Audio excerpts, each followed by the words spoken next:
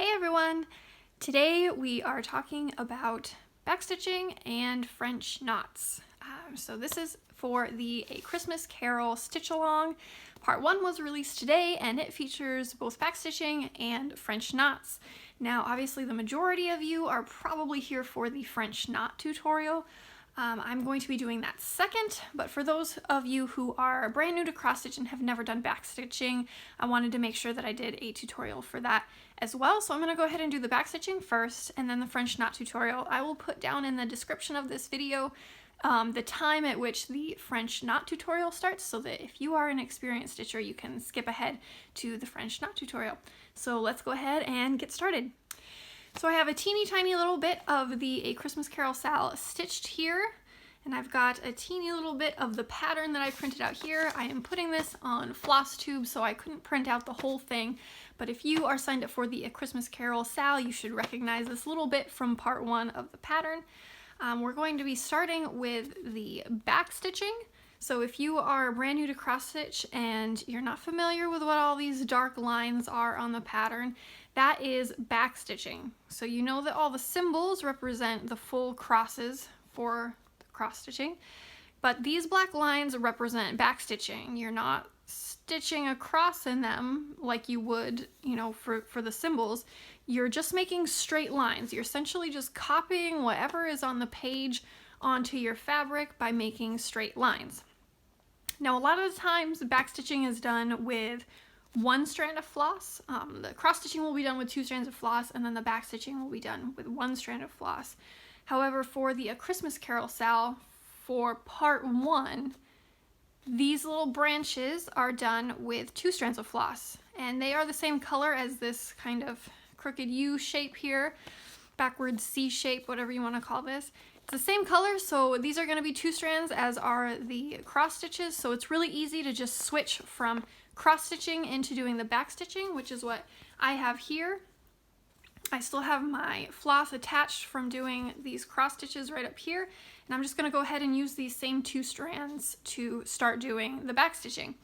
I want to really quickly note that as far as using the 2 strands, if you have read all the materials for the A Christmas Carol SAL, you will see that in part 3 there is going to be a part where the backstitching is done with only 1 strand of floss, and I'm going to be doing a tutorial on how I did the lettering for this SAL when we get to part 3.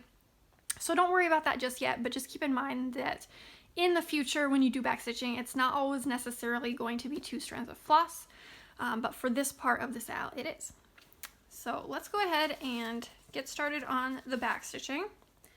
Again, you're just copying whatever you see on the page. So you see that this, I'm going to do this part first. As you can see, this first kind of branch here comes off of this middle section, and it comes right off of the top right corner of this stitch here. So I am stitching on the Aida cloth today instead of the even weave, but it's the same process.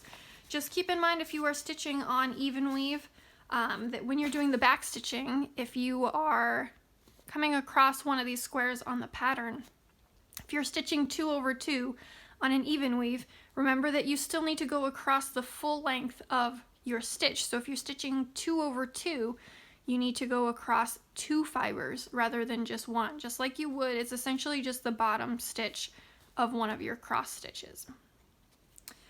So on Aida, it's much easier because we don't have to worry about that. We've got our stitching spaces very visible here.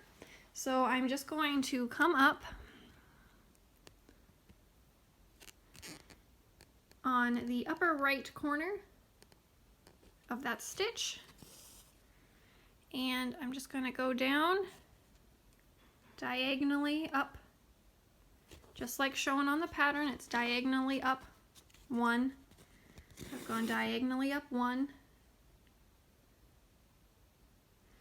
And next I'm going to come over and do this one, so it's straight, just 1 over, and now because it's back stitching, I obviously can't come up through the place where I just went down, or it'll undo this back stitch that I just did.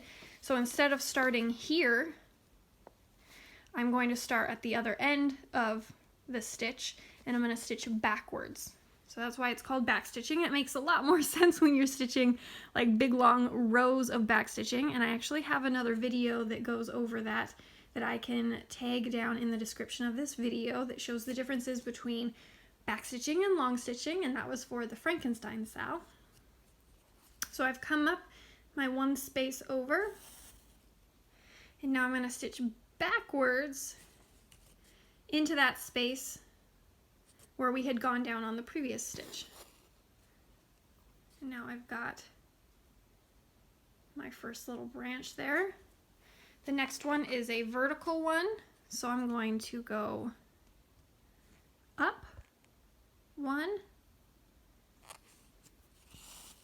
and again come back down. So I'm starting here and I'm coming back down to this point where all of these ones meet in here.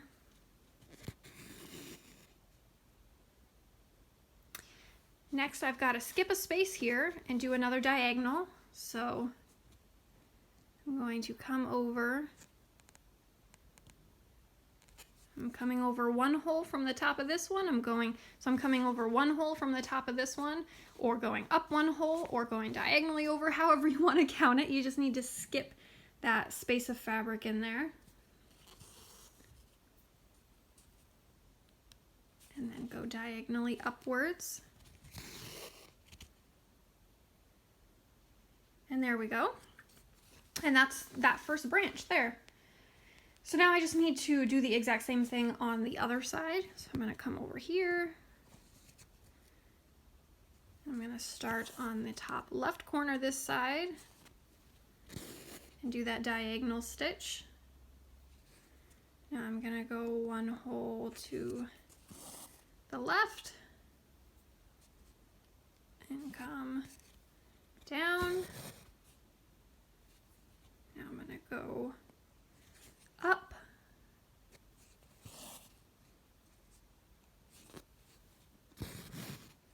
and down. Now I'm going to go diagonally. I'm going to skip that space there.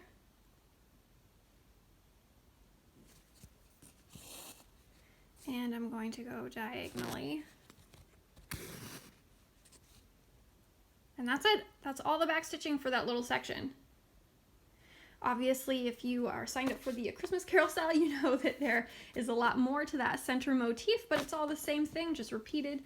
So if you can complete this little section, you can complete the other ones just as easily.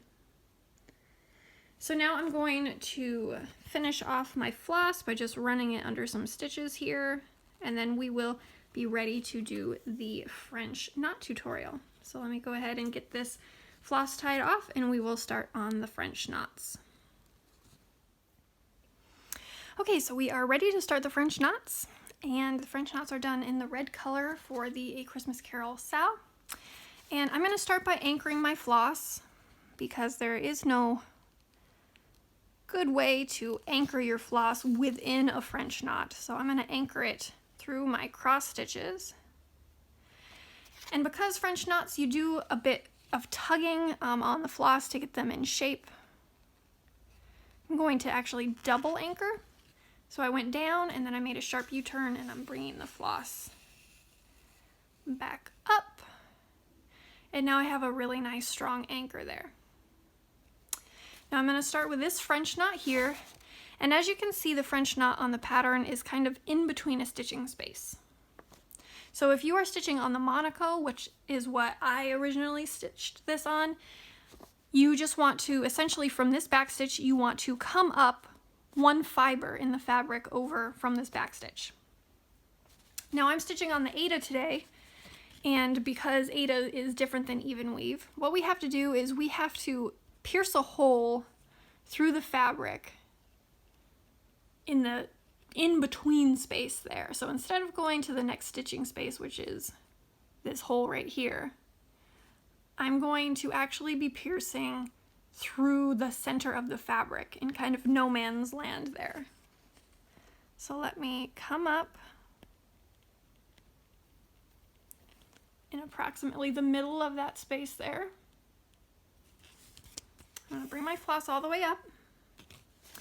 And now I'm going to set my fabric down. It's pretty hard to do French knots holding the fabric up in hand, because I'm going to take the floss and my needle. Now typically we have our needle with our pointy end down, right? And the eye up towards the top.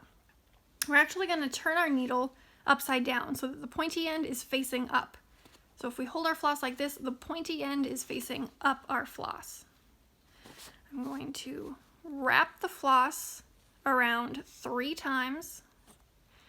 And now, trying to keep that floss on the needle, I'm going to turn my needle right side up and insert it into my fabric, and I'm inserting it into my fabric in that next hole of the fabric. So we came up in the middle in no man's land, but now, I'm going to go down through the actual hole in the Aida fabric.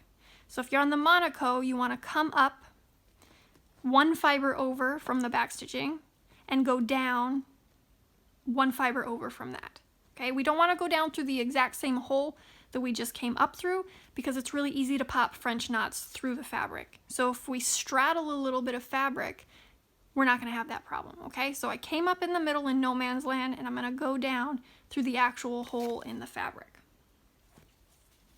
So I've got my needle here, and it's halfway inserted. And as you can see, those wraps are really loose and messy. Now this is the key to French knots. This is what tripped me up for so long. Instead of just pulling the needle through, what I need to do first is take this floss that's wrapped around the needle, and I need to tighten it. I need to tug it until it's nice and tight against the needle, and it's also nice and tight flat against the fabric. Now I'm not pulling super hard. I'm not pulling as hard as I can. I'm just trying to get any and all of that slack out so that it's nice and flat against the fabric and nice and flat against the needle. Now I'm going to finish pulling the needle through my French knot.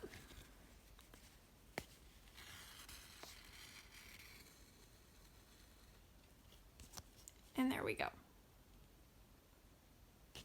So let me do it again on this one. This one again is in the middle, so I'm going to come up kind of in no man's land of, and that's the tricky part on Aida, coming up in that space that's not really a stitching space. I'm going to come up there. I'm going to set my fabric down. I'm going to turn my needle pointy side up, wrap around 3 times, going to come back down. And I came up in no man's land, and I went down in this space here. Got my needle halfway. I'm going to give the floss a little tug, make sure it's nice and flat against the needle. And now I'm going to pull.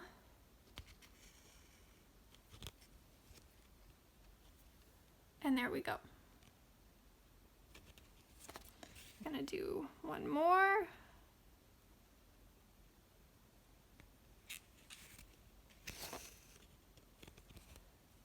I'm going to come up in no man's land. So I came up in no man's land. I'm going to twist my floss. I'm going to go down through the actual stitching space.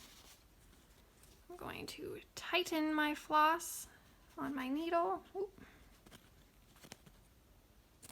Tightening my floss on the needle. And now I'm pulling it through.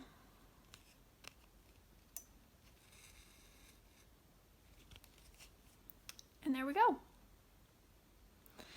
So those are French knots. Now, if you find that French knots are just not your friend, you don't like doing them, you don't want to do them, for the A Christmas Carol SAL, if you want to replace the French knots with full cross stitches, you can just kind of play with where you want to put them, or you can replace them with beads if you would like. It's totally up to you. They're not absolutely necessary. I think when I originally designed it, I did a cross stitch. Before I put the French knots in, I had a red cross stitch here, one here, and one here. In case you don't want to do French knots, you can just pop in the cross stitches instead to get the same look. But there you go. If you want to give French knots a try, the key is always to pull that floss tight against the needle before pulling the needle through the fabric. All right, so I'm going to have some more tips about the A Christmas Carol SAL when we get farther into it. But for now, that's all you should need to know. Thank you so much, everybody who is participating. Happy stitching, and I'll see you real soon.